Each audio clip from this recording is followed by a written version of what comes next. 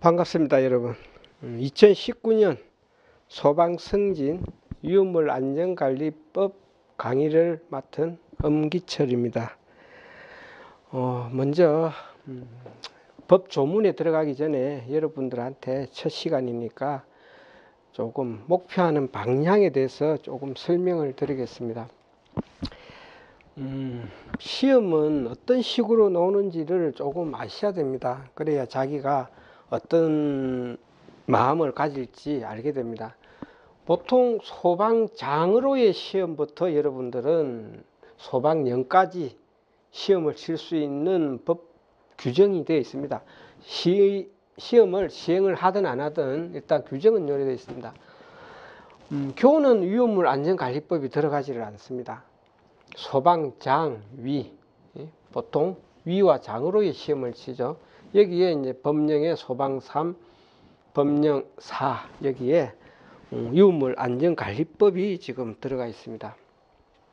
여기에 법령 3의 유물 안전관리법, 그리고 다중이용업소의 안전관리법과 같이 이렇게 법령 3에 있고, 다음 법령 4에는 소방공무원법과 유물 안전관리법이 하나의 법령으로 되어 있습니다. 다음 소방전술이 있습니다. 소방전술에 어떤 위험물 관련된 부분이 있습니다.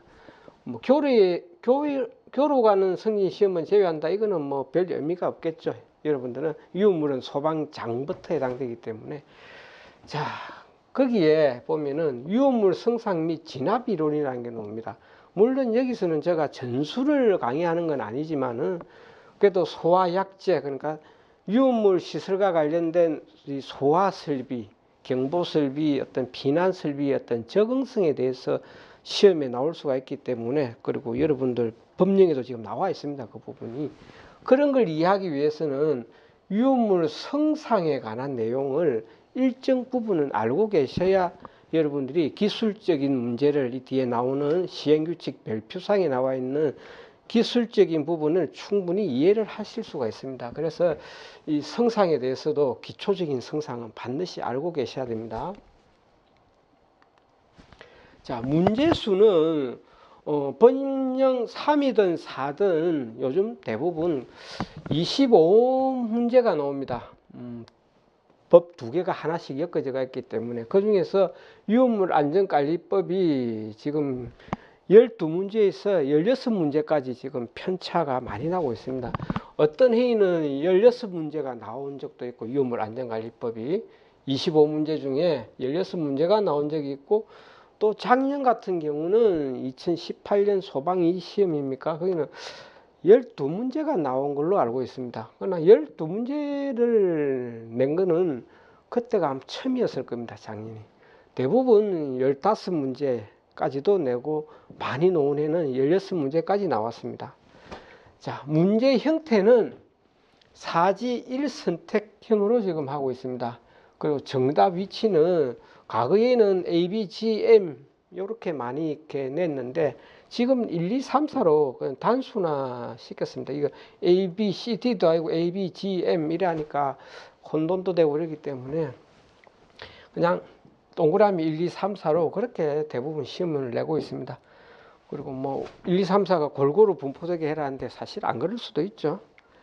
자, 출제 기준도 마찬가지입니다.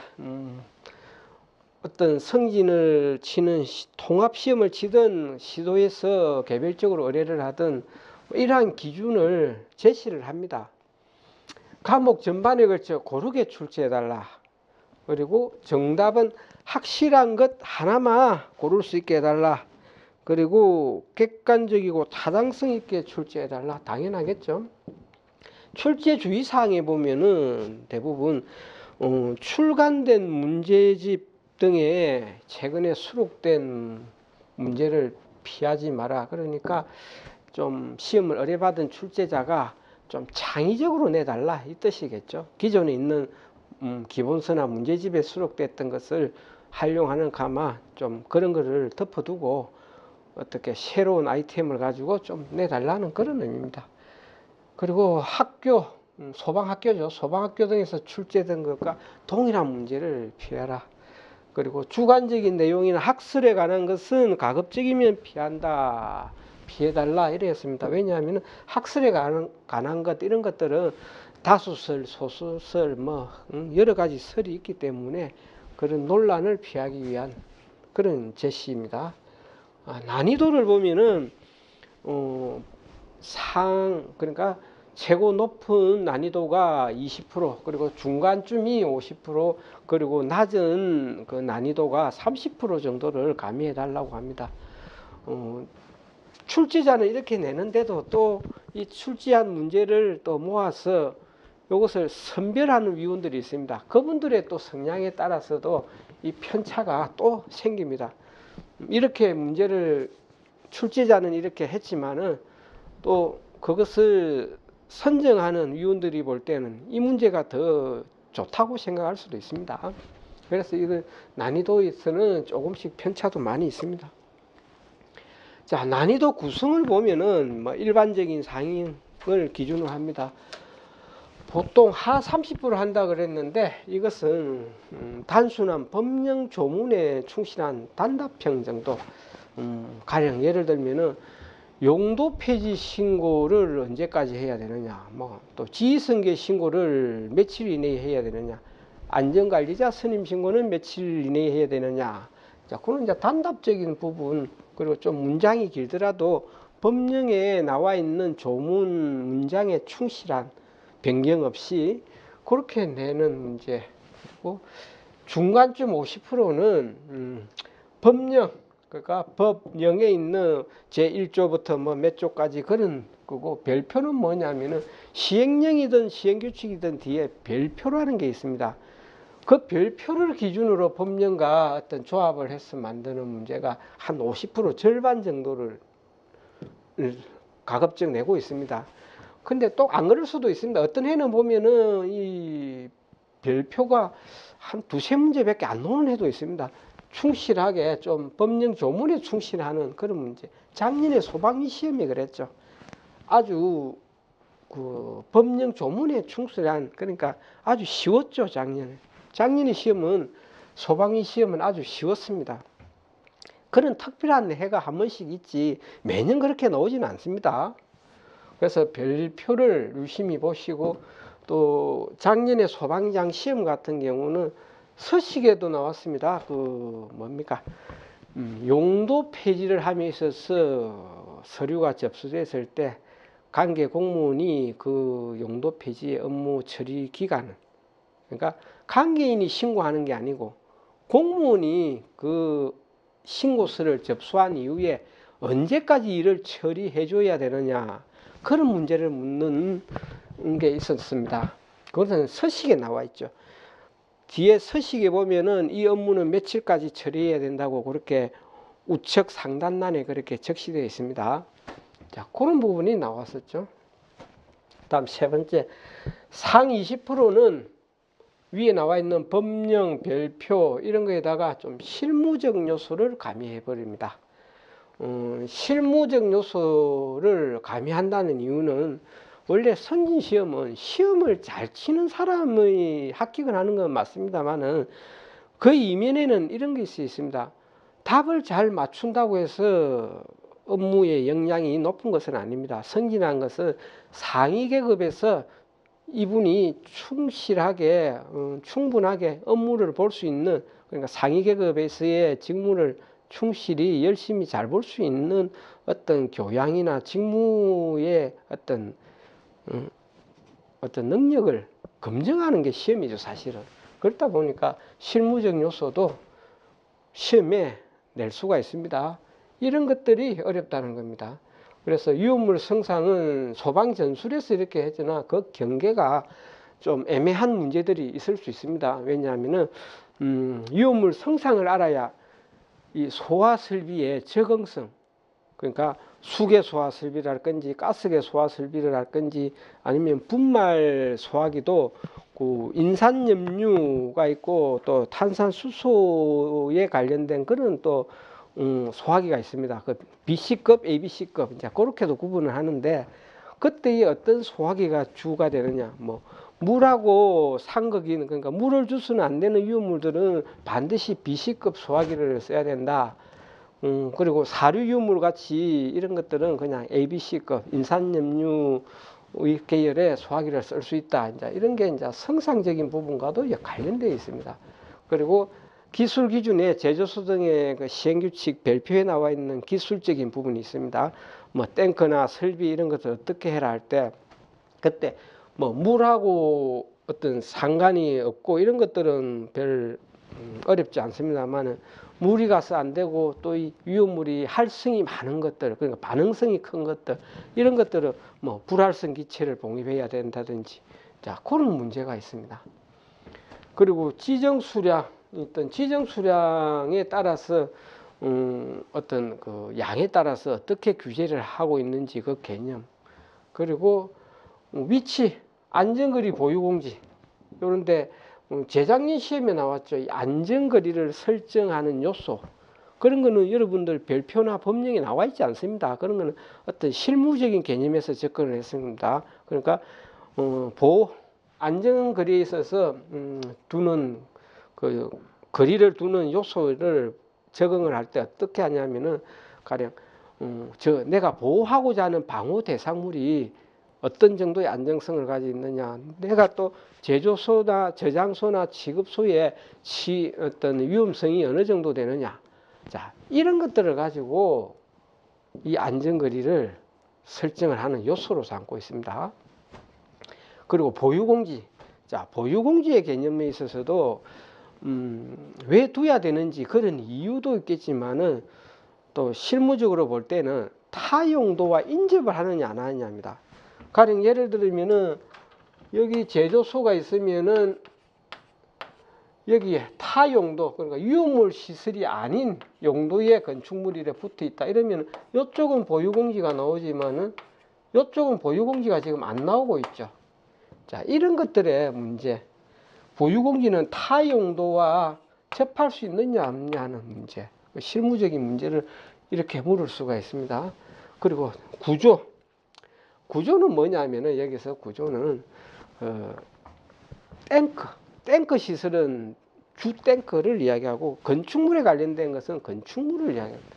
그리고 설비의 개념은 뭐냐면은 탱크든 건축물이든 기본적인 이런 큰 탱크에 들어가는 부속 배관이라든지 밸브 이런 걸 이야기하고, 건축물 같으면은 뭐 환기 설비나 배출 설비 이런 걸 이야기합니다. 그냥 구조에 있어서는 주요 구조부 있죠. 건축물에 벽, 기둥, 바닥보 뭐 이런 것들의 구조를 묻는 것은 이 구조에 해당되고, 설비는 그 안에 들어가는 시설물들을 이야기합니다. 그런 데 대한 어떤 개념의 어떤 이해도를 묻을 수도 있습니다.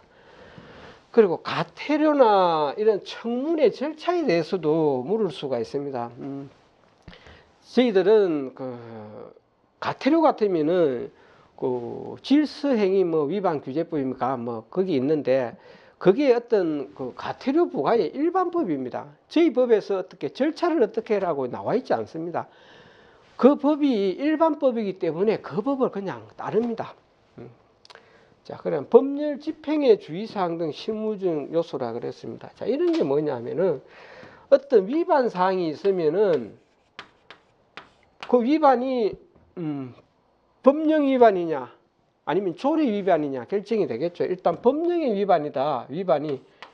자, 법령의 위반이다 그러면은 물론 조례 위반도 있습니다만 조례 위반은 가태료겠죠. 자, 법령의 위반인데 만약에 벌금이나 또는 징역을 하기 위해서는 입건 조치를 한다 그랬죠. 우리가 보통 실무적으로 입건 조치를 한다 그렇게 합니다. 그럼 이거로서 끝이냐 아니면 여기 해당되는 행정처분이라는 게 있습니다. 행정처분이 있는데 이거는 뭐냐면 사용정지나 업무정지 같은 겁니다. 자, 사용정지나 처분은 사용정지 물론 경고도 있습니다만은 사용정지, 업무정지. 자, 다음에 또 뭐냐면은 또 시정명령이 있습니다. 시정명령. 위반을 시정시키기 위한 또 어떻게 해라? 수리, 개조, 이전 등의 명령을 또 바랍니다. 다음에 또 뭐가 있겠습니까? 다른 법령과의 어떤 접촉사항이 된다 그러면은 관계기관 통보 있습니다. 통보. 관계기관에 통보하는 의무. 자, 이런 것들을 징역이나 벌금을 했다 그래가 이것을 다 면제시켜 주는 게 아닙니다. 벌금에 관한 이것도 검찰에다가 저희들이 특사경 업무를 정리해서 그렇게 보냅니다. 그러면 여기서는 저희 행정청은 또 행정처분을 따로 합니다. 거기 해당되면은 모든 게 행정처분을 내는 게 아니고 어디 제조소 등에 대해서는 행정처분을 내릴 수 있는 위반이 8종이 있습니다. 거기 해당되면은 처분을 내리고 또 이 처분을 내린다는 것은 당연히 시정명령이 있어야 되겠죠. 이 위반을 해소하기 위해서 시정명령을 하고 또 관계기관과의 연계성이 있는 것은 관계기관에 통보를 합니다. 이러한 것들이 하나를 가장 큰 거 하나만 했다 그래가 면제되는 것이 아니고 모두가 병행됩니다. 해당되는 거 모든 거. 자, 이런 것들의 어떤 실무적 요소. 자, 또 준용 또는 인용한다. 과연 우리 법에서는 예를 들자면 내하구조나 불연제로 대해서는 그 건축법이 다르도록 그렇게 하죠. 그런 게 이제 타법령이나 이런 것들을 다른 공법들을 준용하거나 인용하는 법률의 내용. 자, 이런 것들이 같이 이렇게 실무적인 요소나 이렇게 어려운 문제에 같이 이렇게 믹스를 시켜서 나올 수가 있습니다. 자, 이 법을 이해한 데 있어 가지고 우리가 여러분들 교재에 보시면은 한 5가지 정도, 5가지 어떤 이런 기관들이 있습니다. 저희들 유관기관 산하단체가 있는데 그 중에서 여러분들이 꼭 아셔야 될 것은 첫 번째 한국소방산업기술원, 짤막하게 그냥 기술원이라고 합니다. 그리고 두 번째 한국소방안전원, 간단하게 안전원이라고 그럽니다. 이 두 개의 어떤 단체가 저희들 이 유물안전관리법과 아주 연관이 많습니다. 한국소방기술원은 뭐 탱크 성능 검사라든지 또 여러 가지 검사 업무, 기술적인 부분을 담당하고 있고, 한국소방안전원은 요 안전교육, 실무교육, 강습교육 이런 것들을 담당하고 있습니다. 자, 이제 법 일반론입니다. 여러분들이 학습을 하실 때 여러분들 교재도 보시지만은 또 법제처나 이런 데 가가 법 조문, 원문이 어떻게 구성되어 있는지를 아셔야 됩니다. 그 법을 보고 이 법의 표현을 어떻게 해야 되는지 법을 읽을 줄을 모르면 안 되겠죠. 자, 물론 교재로 가지고도 충실히 됩니다만 그래도 조금 이해들을 더 합장을 하실 분들은 그러죠. 법제처에 들어가 가지고 그 법 조문 전체를 또 인쇄를 해 가지고 또 이렇게 교재하고 또 맞춰보고 하시죠, 여러분들. 그때 어떻게 그것을 해석을 해야 되는지를 제가 설명을 드립니다. 법은 일단 여기서 우리가 위험물안전관리법이라 하지만은 이것은 학문적으로는 사실은 법률입니다. 법률. 법과 법률은 법은 그 사회 전반의 어떤 규범입니다. 그리고 법률은 국회가 제정하는 거죠. 이것은 이 법은 그냥 일반적으로 우리가 학문적으로 할 때의 법은 간섭법이나 이런 것까지 불문법 이런 것까지 어떤 사회 규범 이런 것까지 아주 포괄적으로 이야기하는 게 법이고, 법률은 성문의 내용입니다. 그래서 국회 입법이죠, 이거를. 자, 그렇지만 실무적으로는 현실적으로는 별 구분 없이 쓰고 있습니다. 그건 학문적으로 볼 때는 그렇다는 겁니다. 그래서 우리가 위험물안전관리법이다 하지만은 학문적으로는 이것은 법률이다 그렇게 합니다. 자, 제명과 법률은 제명, 본칙, 부칙으로 이렇게 구성되어 있습니다. 제명이 뭐냐면은 위험물안전관리법이죠. 우리는 위험물안전관리법, 뭐 약칭도 있지만은 다음 또 우리 관련법 중에 화재 예방, 소방시설 설치 유지 및 안전관리에 관한 또 법률이라고 이렇게 했죠. 이렇게 법. 이렇게 현실적으로는 별 구분 없이 쓰고 있습니다. 자, 이렇게 이 제목은 간결하지만 이하 모든 법률의 내용에 함축적으로, 이 제목만 봐도 이걸 무엇을 하고자 하는 법이다 알 수 있게끔 하면 가장 좋겠죠. 그래서 우리처럼 좀 짤막한 제목은 그냥 이렇게 하지만 이 좀 긴 게 있습니다. 긴 것들은 특히 약칭을 많이 써죠. 약칭. 저희들은 뭐 약칭이라고 있지만 사실 의미 없죠. 안전 하나 더 들어가고 안 들어가고 차이인데, 그러나 위에 하재 예방 소방시설 이런 법률은 제목이 너무 길다 보니까 아주 간단하게 이렇게 줄여서 소방시설법이라고 그렇게 일반적으로 약속을 하고 있습니다. 그렇게 약칭. 자, 본칙은 법률의 본체가 되는 부분입니다. 아까 제목 밑에 이제 법 1조부터 나가죠. 뭐 제1장 유물 안전관리법이 있고 거기에 제1장은 총칙이다.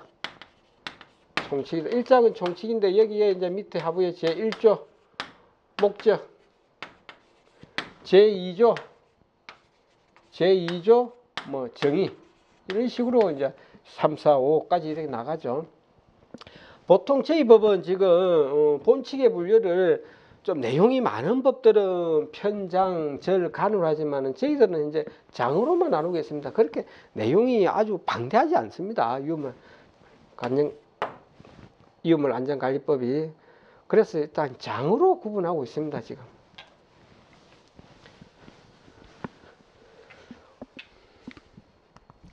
자, 총칙 규정. 자, 총칙은 본칙의 안에 부분에 총칙, 실체 규정 그리고 뭐 우리가 보칙 규정 뭐 이런 게 있죠. 또 하나가 뭡니까? 보칙 규정, 그리고 벌칙 규정 이렇게 있습니다. 그때 총칙은 1조부터 5조까지인데 법률의 제일 앞쪽에 놓으면서 이하 조문들을 어떤 전체를 갖다가 일반적 그리고 총괄적인 사항. 그러니까 예를 들어가 이 법의 목적이 뭐다. 그렇죠. 전체의 이 법 조항들이 이러한 목적을 이루기 위해서 있는 것이다. 그리고 법 2조 같으면은 그 정의라 그러는데 법을 만들 때 이미 정의를 내려놓은 겁니다. 입법상 정의 이렇게 하고 있습니다. 그 정의는 왜 꼭 알아야 되냐면 이하 법 조문들의 해석에 있어 하나의 통일성을 기하기 위한 그런 일반적이고 총괄적인 사항을 규정하고 있다 등등. 자, 그리고 법을 어떻게 적용을 할 건지 그 범위에 대해서 1조 5조까지를 그렇게 하고 있습니다. 자, 실체 규정은 이 목적, 법 1조에 나와 있는 목적을 실현하기 위해서 무엇을 할 것인지 허가를 어떻게 하고 안전관리를 어떻게 하고 운반을 어떻게 하고 감독은 어떻게 해라 그렇게 하고 있습니다. 다음 보칙 규정은 아까 실체 규정을 하는데 부수적인 절차에 대한 거. 그러니까 뭐 안전교육이라든지 뭐 이런 것들을 그리고 저 교육을 했을 때의 그 어떤 뭐 수수료나 이런 것은 어떻게 해라 그런 것들을 하고 있습니다. 그리고 벌칙 위반에 대한 벌칙에 가할 것을 규정하고 있습니다. 이게 본칙의 어떤 내용입니다. 그리고 부칙. 자, 부칙은 법 조문 제일 끝나고 그 뒤에 있습니다. 이 부칙이 뭐냐면은 본칙에 부수하여 부도적이 있는 부분 내용이 규정되어 있는데 이 법률이 예를 들어 신설되는 조문이 있거나 아니면 개정되는 조문이 있으면은 이걸 언제 시행할 것이다. 이것은 뭐 시행일 즉시 시행한다 아니면은 6개월 후에 시행을 한다 1년 뒤에 시행한다 이렇게 지금 이야기를 하고 있습니다. 그리고 법률의 적용 관계. 자, 법이 개정되면은 기존의 법과 과거의 법과 서로 상충되는 게 있죠. 뭐 예를 들어 가지고 과거에 어떤 교육을 6주로 받았는데 그때는 그때의 법은 6주였는데 지금은 12주를 받아야 된다. 그랬을 때 과거에 교육을 받은 사람들은 그러면 6주를 더 받아야 되느냐 말아야 되느냐. 아니다. 여기에 부칙에서 아니다. 요것은 요거대로 인정을 해준다. 이제 그런 내용들을 신법과 구조항 간의 어떤 상충되는 부분을 조정을 해주는 관계. 그리고 또 새로운 법, 다법에 법이 변화했을 때 아니면 다법이 변경될 때까지의 어떻게 존속의 관계 이런 것들을 이야기해주고 있습니다. 자, 조문을 보시면은 이제는 조항 호목으로 이루어져 있습니다. 자, 법 제1조 하죠. 법 제1조 목적입니다. 보통 저희들 법은 행정에 관한 법은 대부분 제1조 다음에 1조가 뭔지를 명시를 하고 있습니다. 1조는 목적이다. 2조는 정의다. 3조는 이 법을 적용 제외다. 뭐 4조는 지정 수량 미만인 유물에 관련된 거다. 제5조는 지정 수량 이상의 유물에 관련된 것이다. 이렇게 딱 제목을 명시해 주고 있습니다, 지금. 그래서 제 몇 조가 갈로 안에 제목 표기하고, 자, 그 밑에 이제 항을 이렇게 동그라미 1, 2, 3, 4 이렇게 동그라미로 그냥 씻는 게 읽을 때 항입니다. 이거는 항으로 읽습니다. 항. 제1항, 제2항. 자, 여기 밑에는 하부는 뭐냐면 그냥 1, 2, 점 찍습니다. 호입니다. 호로 읽습니다. 그러니까 조, 항, 호, 다음에 가가 있으면 나. 이거는 목으로 읽습니다. 목. 읽을 때. 자, 법을 보고 그냥 법 조문 밑에 동그라미 1이 돼 있다. 아, 이거는 호로 읽는구나. 그 밑에 1은 동그라미는 항으로 읽는구나. 아니면은 그 밑에 1은 호로 읽는다. 가나다는 목으로 읽는다. 그러니까 가목, 나목이라고 읽는다. 이렇게 이해해 주시고, 나중에 또 기술 기준에 가면은 시행규칙 별표의 기술 기준에 가면은 로마 숫자로 되어 있습니다.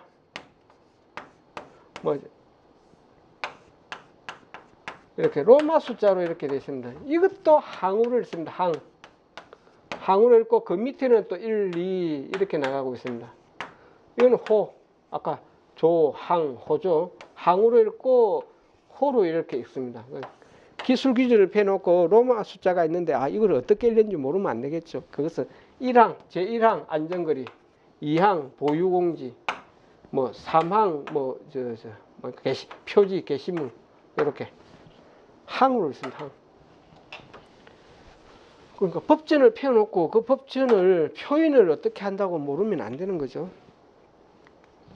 자, 그리고 자, 법문, 조항, 호목 등의 내용이 되는 그 문장이 하나의 문장으로 이루어진 게 많죠. 주어 하나에 서술어가 하나.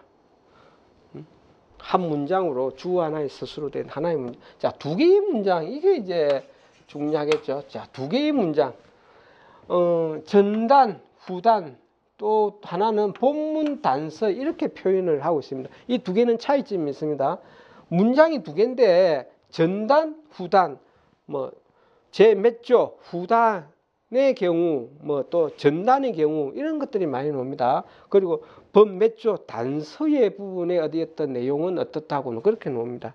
자, 그때 전단, 후단을 할 때는 뒤에 있는 문장이 보통 이 경우, 그러니까 앞에 문장이 있고 뒤에 이 경우 하다, 앞에 문장을 보충해 주는 겁니다. 보충주로 보충을 해주는 문장이고, 그 다음에 앞에 문장이 있고 다만, 그러나 좀 반대적인 표현이죠. 반의적인 표현. 이런 거는 대립되거나 예외적인 사항. 뭘 해라 그래 놓고 다만 이것은 제외한다, 이렇게 그렇게 하기 위해서 읽을 때는 앞부분은 본문이고 뒤에 부분은 단서다, 이렇게 세 개의 문장으로 이루어지는 경우도 있습니다만 그런 경우는 잘 없죠. 저희들 법은 잘 없습니다. 자, 다음에 7, 이게 법령의 체계, 이건 다 아실 겁니다. 자, 헌법, 법률, 명령과 자치법인데, 명령은 대통령령, 총리령, 부령입니다. 그리고 자치법은 조례와 규칙으로 되어 있죠. 자, 법이 보면은 가령 제조소가 있고, 자, 또 대통령령으로 정하는 제조소가 있습니다. 이건 틀립니다. 제조소와 대통령령으로 정하는 제조소. 이 대통령령으로 정한다 할 때 이거는 무엇을 찾아봐라는 이야기냐면은 시행령을 찾아라는 겁니다. 시행령에 있다, 이 말입니다. 대통령령은 시행령이고 우리는 안전부령이죠. 지금 부령도 있죠. 그럼 시행규칙을 찾아라, 이럽니다. 어떠한 사항은 행정 안전부령으로 정한다, 아니면 안전부령령으로 정하는 사항, 이렇게 하면은 이것은 어디 있냐면은 시행규칙을 찾아라, 이런 뜻입니다. 시행규칙에 있다, 이런 뜻입니다. 내용이.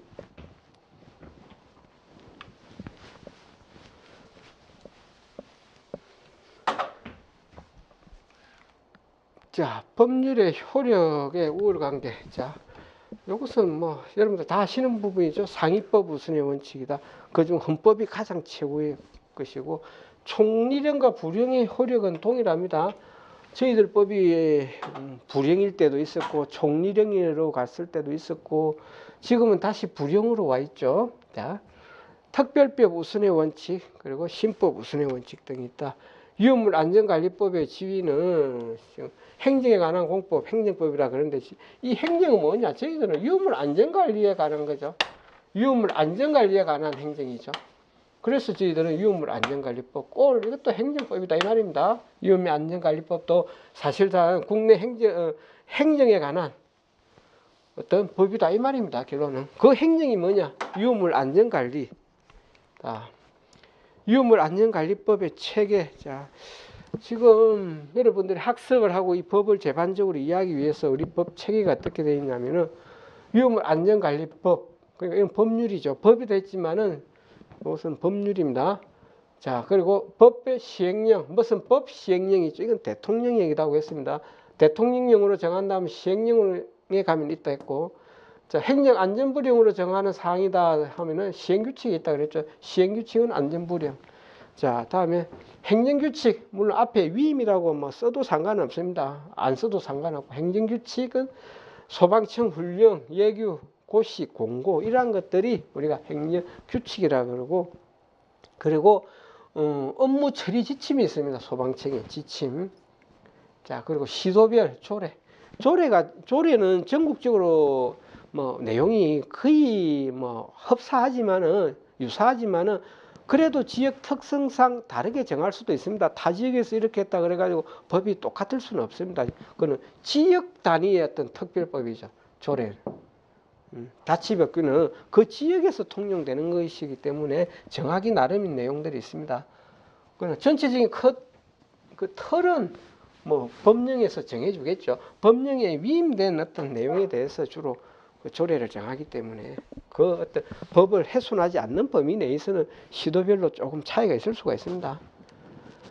자, 다음에 위험물 시설에 대한 연역을 조금 아셔야 됩니다. 이거는 실무와 관련된 겁니다. 여러분들이 지금 성진 시험을 치기 위해서는 최종적인 지금 법규를 현재의 법규를 가지고 학습을 하시면 됩니다. 여러분들은. 그러나 실무적인 요소에 있어서는 자, 위험물 단속을 나갔습니다. 위험물 단속을 나갔는데 위법 사항이 분명히 있는 것 같습니다. 있다고 판단하고 자, 이게 10년 전에 허가가 된 곳인지 아니면 20년 전에 허가가 된 곳인지 그걸 아셔야 됩니다. 그걸 아셔가지고 그때의 법률 위반이냐 아니냐를 따져야 됩니다. 가운데 변경이 있었다 그러면 현재법에 맞춰가지고 변경 허가를 했겠죠. 그 부분에 대해서 변경된 부분에 대해서는. 그러나 한 번도 변경이 없었다 그랬다면은 그 최초의 허가 당시를 찾아가 가지고 그것이 현재의 법으로 볼 때는 위법으로 보이는데 왜 시설물에 대한 어떤 그 내용이 과거법과 현재법은 변화가 많이 생겼기 때문에 법령이 좀 괴리가 있을 수 있습니다. 그때에 이게 위법을 어떻게 할 거냐 현재법이 아니고 그럴 때는 과거의 허가 당시의 법으로 갑니다. 그래서 그 법이 몇 년도쯤에는 어느 법을 찾아야 되는지 그것을 지금 이야기하고 있는 것입니다. 학습은 여러분들은 지금 현행 최종법을 가지고 하시면 됩니다. 그러나 실무에 있어서는 그 해당 연도를 찾아가가 어느 법에 규정이 되어 있는지를 아셔야 됩니다. 자, 소방시설도 마찬가지입니다. 소방시설도 똑같습니다. 방금 전은 유물 시설이었고 이거는 소방시설입니다. 그냥 일반 건축물에 들어가는 요까지는 똑같습니다. 같이 이렇게 소방시설이나 위험물시설이 과거에는 똑같은 규정 안에 있었기 때문에 별 차이가 없는데 요즘 2004년도 들어가 법이 분법되면서 두 개가 나눠졌죠. 위험물은 여기 지금 시행 규칙에 나와 있죠. 법령에서 나와 있고 소방시설은 지금 고시로 가 있습니다. 고시. 자, 그런 차이가 있습니다. 자, 위험물 안전관리법 이 법이 무엇을 규제하고자 하느냐? 자, 첫 번째 시설을 규제합니다. 규제. 시설은 시도시사의 허가지만은 소방서장한테 위임을 해주고 있습니다. 허가로서 시설은 허가 규제를 합니다. 사전 규제라고도 하죠. 자, 위치. 뭐 입지, 안전거리 보유공지, 그리고 구조, 건축 기준, 그리고 탱크가 있는 것은 탱크, 그리고 건축물을 요구하는 것은 또 건축 기준. 설비는 여기 건축물이든 탱크든 부속되는 설비들. 행위 기준. 자, 행위 기준은 뭐 저장 취급을 하는 행위가 하는 기준은 허가 사항은 아닙니다. 위반이 있으면 거기에 따라서 조치를 하는, 이거는 사후 규제라고 해야 되겠죠. 사후 규제. 저장하는 기준, 취급하는 기준, 운송하는 기준, 운반하는 기준, 이렇게 되어 있습니다.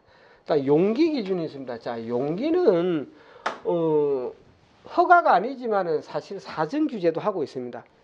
용기 검사가 사전에 전에 용기를 사용하기 전 하거나 또 유통되기 전에 검사를 맡아라, 이렇게 사전 검사를 요구하고 있죠. 그래서 사전 규제적인 내용을 담고 있습니다. 물론 모든 것은 사후 규제는 다 공통사항이죠. 위반이 있으면 다 사후에 규제를 하죠. 자, 그리고 지금 현재 저희들 지금 시행규칙에서 용기 검사는 종류는 총 9종을 명시하고 있습니다. 검사의 종류. 그리고 이건 누가 하느냐? 시도지사의 권한인데 기술원에 위탁을 하고 있습니다. 용기 검사는. 아까 전에 허가는 뭡니까? 시도지사의 권한인데 소방서장한테 위임을 실제로 하고 있습니다. 용기 검사는 시도지사가 권한인데 기술원에 위탁하고 있습니다. 용기 검사와 위험물 시설은 이런 좀 차이가 있습니다. 그리고 기술원이 위탁하고, 그리고 우리가 국내 용기가 아니고 국제 용기가 있습니다. 유엔 검사 기관의 검사를 받은 용기는 지금 국내법을 적용하지 않는 도록 지금 하고 있습니다. 자, 이렇게 개략적인 걸 알아봤고, 여러분들 교재에 보면은 위험물 안전관리법의 개관이라고 해가지고 표가 하나, 법 1조 들어가기 전에 그 위험물 안전관리법 개관, 그러니까 전체를 요약 설명한 게 있습니다. 한 장으로 되어 있을 겁니다. 아마 한 장인지 두 장인지 제가 지금 교재가 아직 안 나와서 제가 잘 모르겠는데, 어쨌든 한 장이든 두 장이 되든 그거는 뭐냐면 가장 지금 약식으로 이 법 조문을 정리해 놨습니다.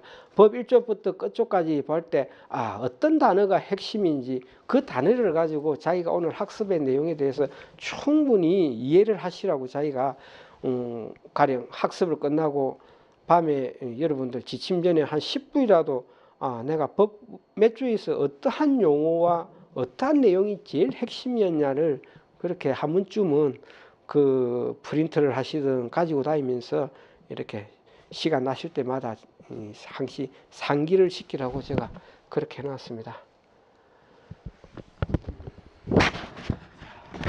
그리고 여러분들 교재에는 어떻게 구성을 해놓냐면은 학습 포인트를 제가 꼭 앞에다가 서두에다가 적어놨습니다. 이 법 조문의 핵심적인 내용이 무엇인지를 제가 꼭 적어놨습니다.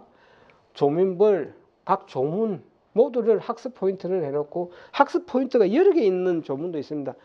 그 내용이 방대한 것은 서로 좀 구분을 해가지고 학습 포인트를 좀 여러 개를 나눠놓은 것도 있습니다.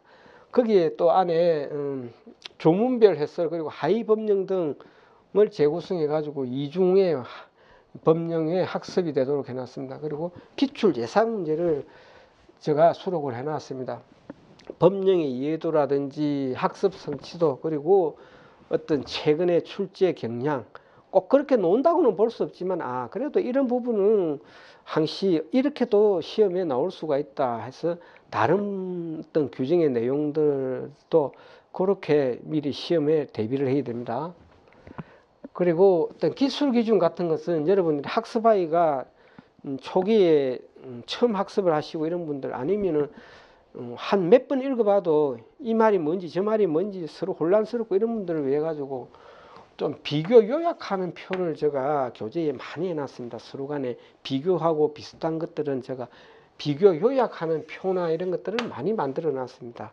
그리고 이런 표가 한 번만 오는 게 아니고 쭉 가다 보면은 한 수십 페이지 지나고 나면 또 한 번 더 넣을 수도 있습니다. 왜냐하면은 학습을 하시다가 이 부분을 이해를 시키기 위해서는 이 표가 또 필요하기 때문에 적어 놓은 겁니다. 아니면 여러분들이 어떤 비슷한 내용이 어디 있는지 하고 여러분들이 직접 또 찾으셔야 됩니다. 책을 다시 넘기가. 그런데 시간을 빼앗기지 말고 그렇게 중요한 표들은 이렇게 뒷부분에도 다시 한번 또 수록을 해놨습니다. 그리고 연관법령, 위험물안전관리법, 시행령, 시행규칙, 물론 별표를 포함한 서식까지 포함한 내용들의 숙지를 위해서 연관법령을 해놓고, 그리고 참고법령이라 그래가 이 시험의 어떤 개념보다는 법을 제반적으로 이해하기 위해서 어떠한 법의 조문들이 관련됐구나 하고를 이야기를 해놨습니다. 법령, 우리 그러니까 위험물 안전관리 법령의 이해도를 충분히 높이기 위해 가지고 해놓았습니다. 그때 헌법적인 요소, 그리고 행정규칙, 위험물에 관련된 조례, 그리고 다른 공법, 우리 법에 없는 것, 그러니까 위험물 안전관리법에 없는 것은 일단 다른 공법의 어떤 기본적인 사항, 일반적인 사항이 있으면 따라야 되겠죠. 가령 제일 석유사업법의 가짜 석유에 대한 어떤 제조, 사용 등의 금지, 그리고 건축법령에 있어서 내하구조, 불륜재료, 그리고 질서 위반 행위 규제법에 있어서 가태료의 부과 절차, 자, 이런 것들, 또 민법에 있어서 어떤 신고에 있어서 뭐 초일 불산입이라든지 이런 제도도 우리도 그대로 받아들입니다. 자, 이러한 내용들을 법을 제반적으로 이해하기 위한 내용들을 수록을 해놨습니다.